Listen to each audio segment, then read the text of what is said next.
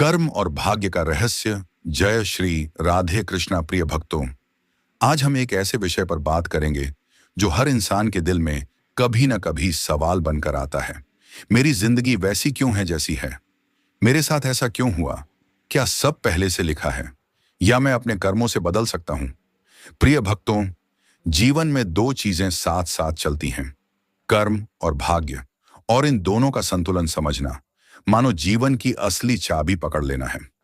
एक भाग्य क्या है? भाग्य यानी वो फल जो हमें हमारे पूर्व जन्म के कर्मों से मिला है।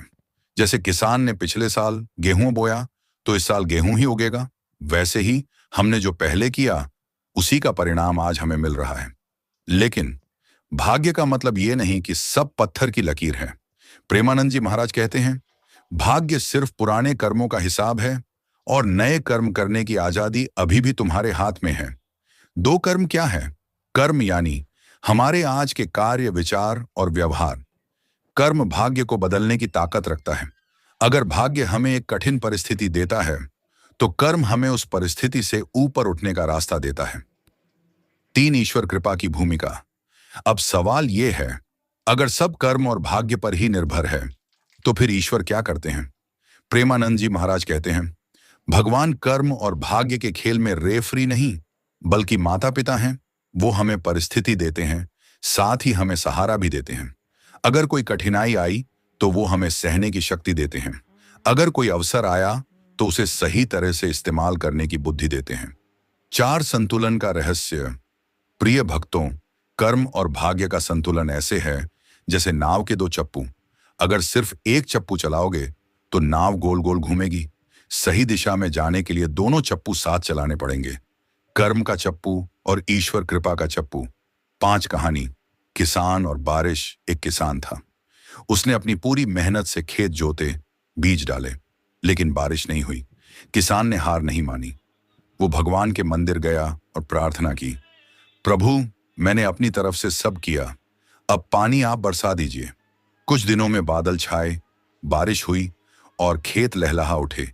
ये है संतुलन, मेहनत अपनी, आशीर्वाद उनका। छह, गलतफहमी।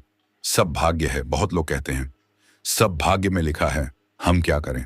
प्रिय भक्तों, ये सोच आलस्य है। प्रेमानंद जी कहते हैं, भाग्य बहाना है, कर्म समाधान है। जो भाग्य को दोष देता है वो दरवाजा बंद कर लेता है, और जो कर्म करता है वो नए दरवाजे खोल देता है। सात, कठिन समय में विश्वास। कभी कभी आप सब सही करते हैं फिर भी समय साथ नहीं देता। ऐसे समय में भगवान देख रहे होते हैं कि आपका विश्वास कितना गहरा है। भगवान चाहते हैं मेरा भक्त परिस्थिति देखकर नहीं, मेरे ऊपर भरोसा करके जी। आठ, जीवन का सूत्र। प्रिय भक्तों, जीवन का असली मंत्र है कर्म में परिश्रम, मन में विश्वास और हृदय में भक्ति। जब ये तीन बातें मिलती हैं तो भाग्य भी बदल जाता है और भगवान भी प्रसन्न हो जाते हैं। अंतिम प्रेरणा, आज से ठान लो, भाग्य को दोष नहीं देंगे, कर्म में कमी नहीं छोड़ेंगे और हर सफलता असफलता में भगवान को याद रखेंगे, क्योंकि कर्म हमारी जिम्मेदारी है और कृपा भगवान का वादा है।